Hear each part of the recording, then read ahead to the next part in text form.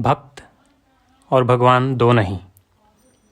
और जिन्हें भी ऐसा लगता है कि भक्त और भगवान दो हैं, वो सिर्फ और सिर्फ इतना ही सूचना दे रहे हैं कि उन्हें अब तक भगवान का कोई अनुभव नहीं, और वे बच्चे की तरह भगवान को आकाश में देखते हैं, ना कि अपने भीतर। और वे बच्चे की तरह भगवान को एक मूर्ति में देखते हैं, ना कि अपने भीतर। और जब तक कोई व्यक्ति भगवान और अपने आप में फासला रखेगा, दूरी रखेगा, द्वैत रखेगा, तब तक वो भगवान को अपने भीतर अनुभव नहीं कर सकता।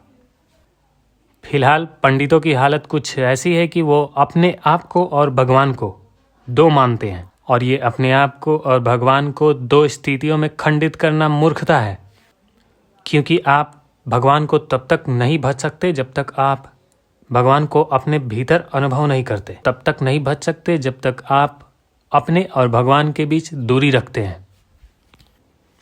खुद के और भगवान के बीच के दूरी को ही द्वैत कहते हैं।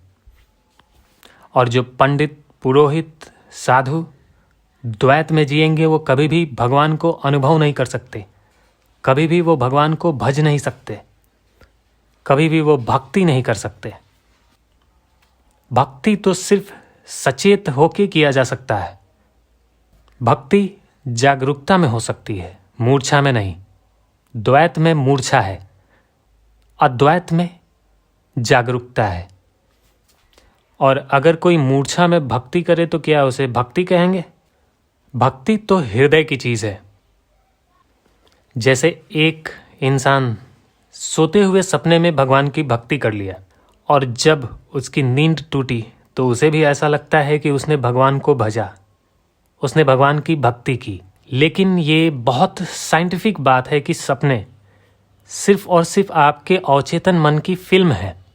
मन जो गणित जानता है, जो लालच जानता है, जो धोखाधड़ी जानता है, हमारे सोते समय यही क्षुद्र मन हमें सपने दिखाता है। और क्षुद्र मन के साथ जो हृदय जुड़ा हुआ है वो कभी भी शुद्ध नहीं हो सकता।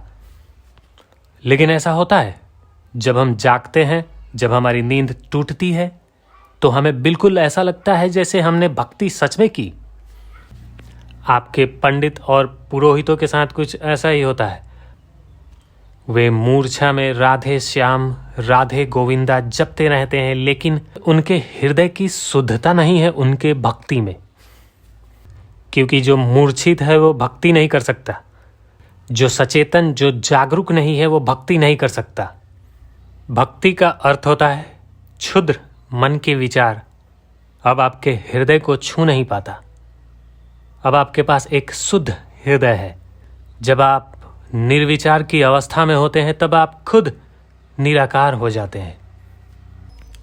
भक्ति का अर्थ होता है निर्विचार की अवस्था में होना, जहां आप स्वयं निराकार की अवस्था में होते हैं, और उस क्षण आप पूरी तरह से मिट जाते हैं, खत्म हो जाते हैं।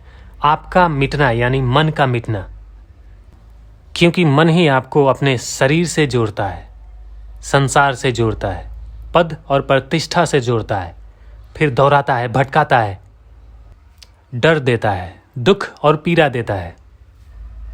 क्यों? क्योंकि आपके अंदर भगवत्ता नहीं, आप सचेत नहीं हैं, आप जागरूक नहीं हैं, आप द्वैत हैं। आप चीज़ों को दो ढंग से देखते हैं। क्यों? क्योंकि जो दो आंखें आपके पास हैं वो सिर्फ और सिर्फ द्वैत देखती है, और वही आंखें आपको भटकाती है, डर, पीड़ा, दुख देती है। और वही आंखें आपको क्षुद्र बनाती हैं, और वही आंखें आपको कृष्ण को मूर्ति में दिखाती है, आकाश में दिखाती है, सारी दुनिया में दिखाती है, सिर्फ आपके हृदय को छोड़ के। इसलिए जो पंडित, साधु और पुरोहित भगवान को द्वैत में बांटेगा, वो कभी भी भक्ति नहीं कर सकता भगवान की। हाँ, उसे ऐसा लग सकता है कि वो भक्ति कर रहा है, लेकिन वो सोया हुआ है, उसके आंखों पे पट्टी है।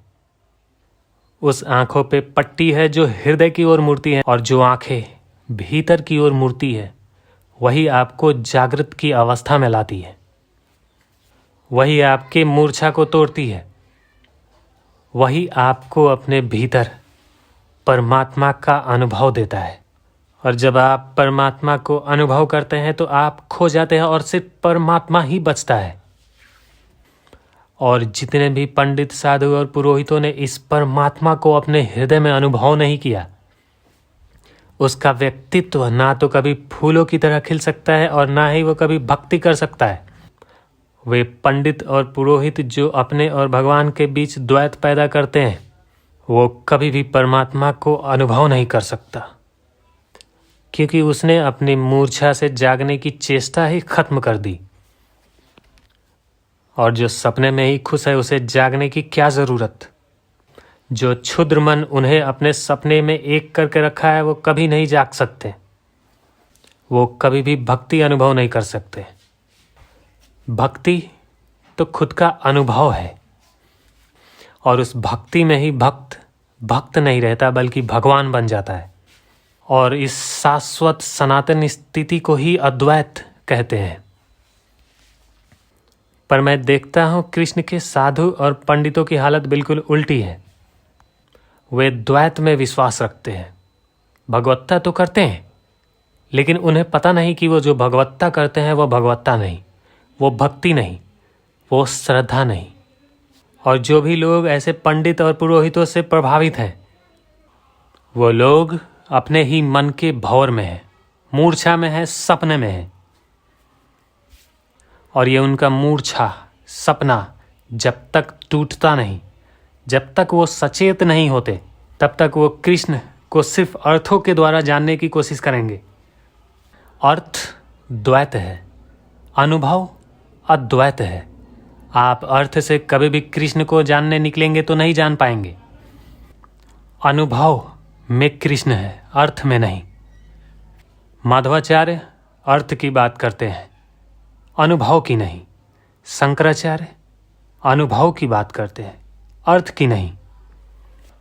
जीसस, मोहम्मद, बुद्ध, कृष्ण अनुभव की बात करते हैं, अर्थ की नहीं। अगर मैं आपको कहूँ एक बहुत सुंदर खिला हुआ फूल है, उसे आप अर्थ से जानें, तो आप साइंस का रास्ता चुनेंगे। आप उसको काट के, तोड़ फोड़ के, उसके रासायनिक पदार्थ को, केमिस्ट्री को गणित के हिसाब से मेरे सामने रखेंगे। आपने क्या किया? आपने पदार्थ को जाना, पदार्थ को मेरे सामने रखा, फूल की आत्मा नहीं जान पाए। उस फूल के आत्मा को जानने के लिए आपको अनुभव की जरूरत होगी। अर्थ से आप कभी उस फूल की खूबसूरती को नहीं जान सकते। अनुभव से आपको उस फूल की आत्मा मिलती है।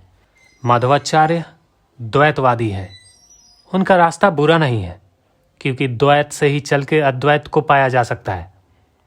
तो माधवाचार्य को सीढ़ी बना लो, लेकिन उन्हें पकड़ के ही मत रखो, क्योंकि उस सीढ़ी का काम इतना ही था कि आपको छत पे पहुंचा दे। छत पे होने के लिए आपको सीढ़ी को छोड़ना होगा, ना कि सीढ़ी पे ही लटके रहें। द्वैत सीढ़ी है, उसे अपनाओ, लेकिन द्वैत को पकड़ के मत रखो। द्वैत से अद्वैत में जाओ, तभी तुम कृष्ण को अपने भीतर अनुभव कर सकते हो। और जब तुम सचेतन होते हो, जब तुम अवेयर होते हो, जब तुम जागरूक होते हो, तब तुम खत्म हो जाते हो और सिर्फ कृष्ण ही बचते हैं। इसलिए भगवान और भक्त दो नहीं। और जिन पंडित और पुरोहितों के पास भगवान और भक्ति के लिए दो आंखें हैं, वो कभी भी सनातन शाश्वत कृष्ण को अनुभव नहीं कर सकते, क्योंकि कृष्ण के सारे सत्य वचन जो गीता में उन्होंने कहा है, वो सिर्फ और सिर्फ अपने तक लाने के लिए कहा है आपको, जहां आप खत्म हो जाते हैं और सिर्फ कृष्ण ही बचते हैं। द्वैत अर्थ है, अनुभव अद्वैत है।